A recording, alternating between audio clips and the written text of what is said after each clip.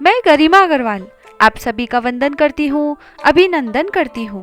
आज हम आपके लिए लाए हैं तुलसी विवाह पर एक ननद भाभी की बहुत ही सुंदर कहानी। एक परिवार में ननद भाभी रहती थी। ननद अभी कुंवारी थी। वह तुलसी की बड़ी सेवा करती थी, पर भाभी को यह सब फूटी आंख नहीं सुहाता था। कभी कभी तो भाभी गुस्से में कहती थी, जब तेरा विवाह होगा तो तुलसी ही खाने को दूंगी तथा तुलसी ही तेरे दहेज में दूंगी। समय पर जब ननद की शादी हुई तो उसकी भाभी ने बारातियों के सामने तुलसी का गमला फोड़कर रख दिया। भगवान की कृपा से वह गमला स्वादिष्ट व्यंजनों में बदल गया।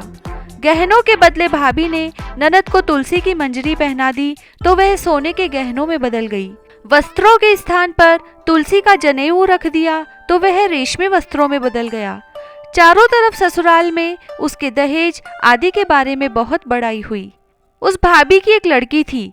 भाभी अपनी लड़की से अब कहती कि तू भी तुलसी की सेवा किया कर, तुझे भी तेरी बुआ की तरह फल मिलेगा। पर लड़की का मन तुलसी की सेवा में नहीं लगता था। उसके विवाह का समय आया तो उसने सोचा कि मैंने जैसा व्यवहार अपनी ननद से किया था उसी के कारण उसे इतनी इज्जत मिली है, क्यों न मैं अपनी लड़की के साथ भी वैसा ही व्यवहार करूं।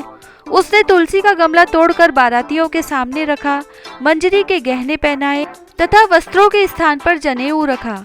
परंतु इस बार मिट्टी मिट्टी ही रही। मंजरी में पत्ते भी अपने पूर्व रूप में ही रहे तथा जनेऊ जनेऊ ही रहा। सभी भाभी की बुराई करने लगे। ससुराल में भी सभी लड़की की बुराई कर रहे थे। भाभी ननद को कभी घर नहीं बुलाती थी। भाई ने सोचा मैं ही बहन से मिल आऊं। उसने अपनी यह इच्छा अपनी पत्नी को बताई तथा सौगात ले जाने के लिए कुछ मांगा तो भाभी ने थैले में ज्वार भरकर कहा, और तो कुछ नहीं है, यही ले जाओ। वह दुखी मन से चल दिया। बहन के नगर के समीप पहुंचकर एक गौशाला में गाय के सामने उसने ज्वार का थैला उलट दिया तो गोपालक ने कहा कि सोना मोती गाय के आगे क्यों डाल रहे हो। तब उसने आश्चर्य से देखा और उसने गोपालक को सारी बात बताई और सोना मोती लेकर प्रसन्न मन से बहन के घर गया।